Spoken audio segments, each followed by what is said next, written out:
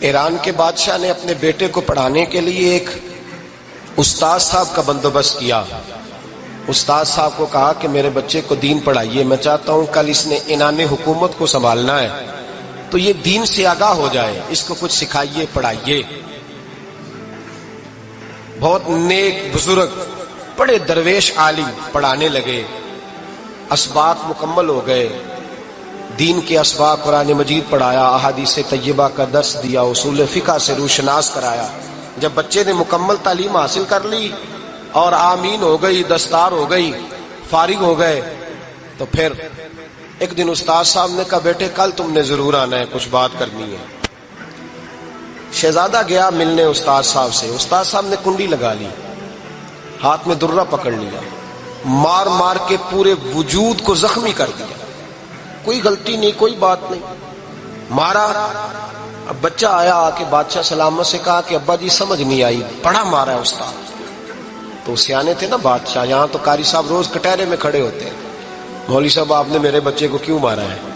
آپ 8,000 کے مولوی ہیں، میرا کئی کروڑ کا بچہ ہے، سویرے بدل لیں گے. خبردار آپ نے بچے کو ہاتھ لگایا، اپنی حیثیت میں رہے معاذ.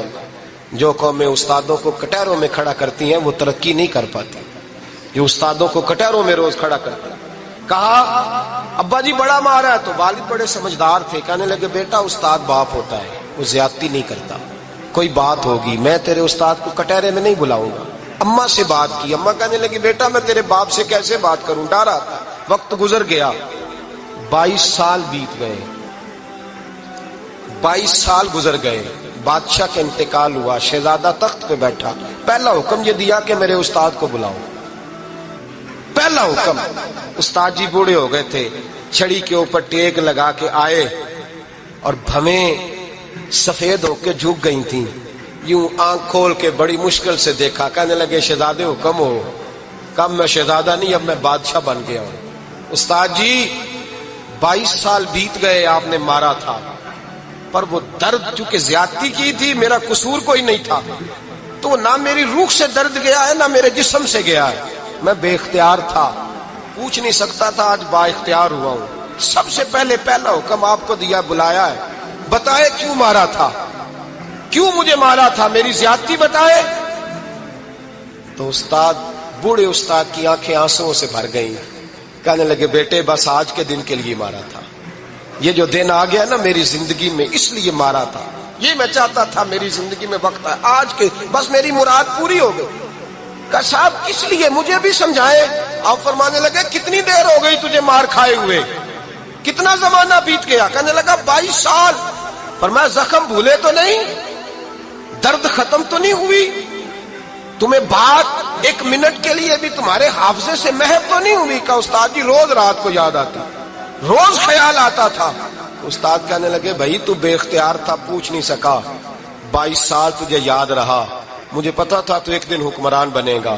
میں نے تجھے اس لیے مارا تھا کہ بیٹے یاد رکھنا، کسی پہ ظلم نہ کرنا. اگر تجھے 22 سال تک یاد رہا ہے تو جس پر تو ظلم کرے گا اسے بھی قیامت تک یاد رہے گا.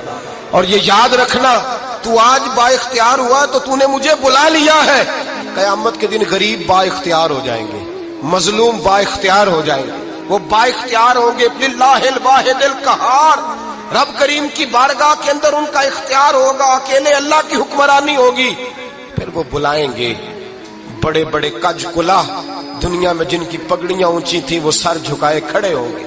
دنیا میں جو ڈکٹیٹر بنتے تھے ان کی پشتیں لال ہوں گی، ان کو غدار لکھا جائے گا، قیامت تک نہیں بھولے گا. ظلم کرنا تو سوچ سمجھ کے کرنا، اتنا کرنا جتنا تم سہ سکتے ہو، اتنی زیادتی کرنا جتنی قیامت میں تم برداشت کر سکتے ہو. میرے نبی کریم صلی اللہ علیہ وسلم نے فرمایا ظلم سے بچو، یہ قیامت کے اندھیروں میں سے ایک اندھیرا ہوگا. زندگی میں زیادتی نہ کریں. اگر تھوڑی دیر کے لیے کوئی چیز برداشت کر جائیں گے تو وہ فائدہ دے جائے گی، کچھ دیر کے لیے اگر سہ جائیں گے تو نفع مل جائے گا. سہنے کی کوشش کریں لیکن زیادتی نہ کریں. نظر کو، سوچ کو، ذہن کو پاک رکھیں. اور میرے بھائی زندگی پوری ظلم سے بچیں، زیادتی سے بچیں. امیر المومنین حضرت جناب سیدنا عمر فاروق رضی اللہ تعالیٰ عنہ رات گھر میں تھے تو رونے لگے، بڑی دیر تک روتے رہے. والدہ اٹھی تو صاحبزادے سے کہنے لگی پتہ کرو تمہارے باپ کو کیا مسئلہ ہے۔ شہزادے آئے، کہنے لگے امیر المومنین والد گرامی کیا ہوا؟ تو حضرت عمر فاروق کہنے لگے بیٹا اپنی اماں کو بلاؤ۔ والدہ آ گئی، کیا بات ہے؟ کچھ طبیعت خراب ہے تو حکیم کا بندوبست کیا جائے۔ تو حضرت عمر کہنے لگے کچھ بھی نہیں، آج مسجد سے نکلا ہوں تو نبی پاک کے صحابہ میری تعریفیں کر رہے تھے۔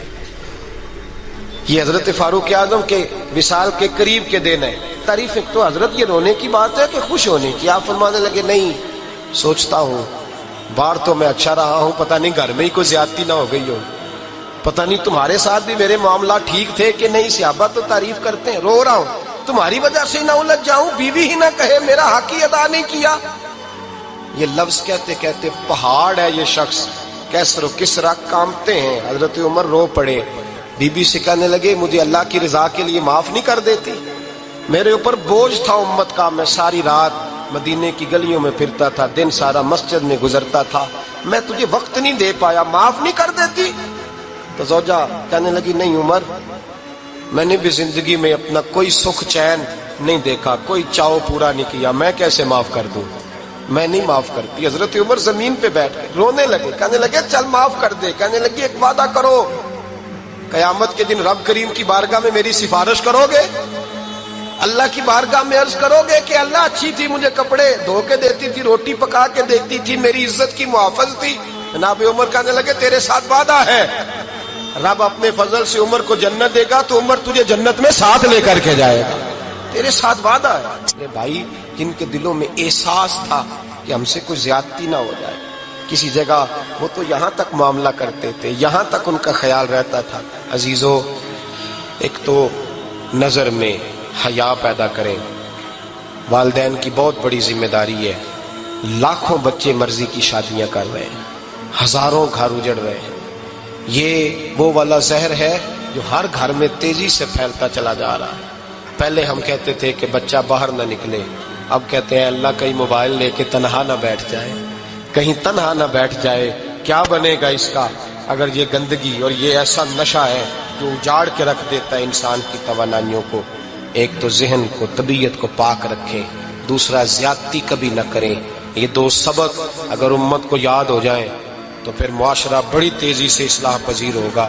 نہ دیکھو دنیا کیا کہتی ہے، یہ دیکھا کرو رسول اللہ کیا کہتے ہیں۔ نبی پاک چھوڑ دو ساری دنیا کے دھوکے، سارے فیشن، ساری رسومات، ساری تہمات چھوڑ دو۔ نبی پاک کی غلامی عزت ہے، حضور کی غلامی۔ یار بندہ بالکل بے عمل ہونا، بالکل تو میری طرح داڑھی رکھ کے پگڑی باندھ کے بس میں بھی چڑھ جائے تو کئی لوگ سیٹیں خالی کر دیتے ہیں، کہتے ہیں بزرگوں یہاں آ جائیں، حضرت جی یہاں آ جائیں۔ تو پھر عزت کس چیز کی ہوئی؟ سنت مصطفیٰ کی ہوئی نا، پھر عزت نبی پاک کی سنت کی ہوئی نا، وقار کی ہوئی نا۔ ایک صاحب، ایک بچے نے داڑھی رکھ لی تو مجھے آ کے کہنے لگے حضرت جی لوگ بڑے بڑے لقب دینے لگے ہیں۔ میں نے کہا کیا؟ کوئی کہتا ہے حضرت صاحب، کوئی کہتا ہے قاری صاحب، کوئی کہتا ہے حافظ صاحب، کوئی کہتا ہے علامہ صاحب۔ تو میں نے کہا تیری موج نہیں بن گئی؟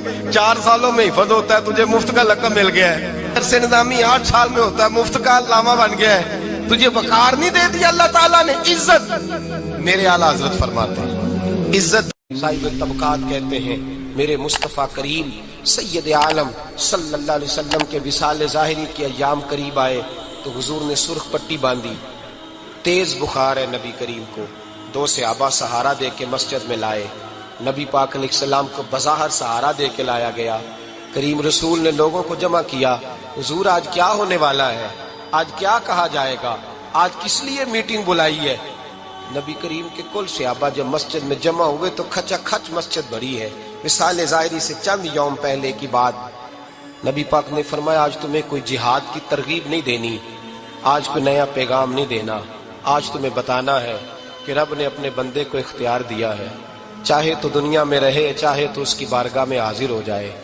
اس عبد نے بارگاہ ربوبیت کی طرف لوٹنے کا ارادہ کر لیا ہے۔ حضرت صدیق اکبر رونے لگے تو صحابہ نے کہا تمہیں کیا ہوا؟ کہنے لگے سمجھ نہیں رہے، کسی کی بات نہیں کر رہے، نبی پاک تو اپنی بات فرما رہے ہیں، اس نے جانے کا ارادہ کر لیا۔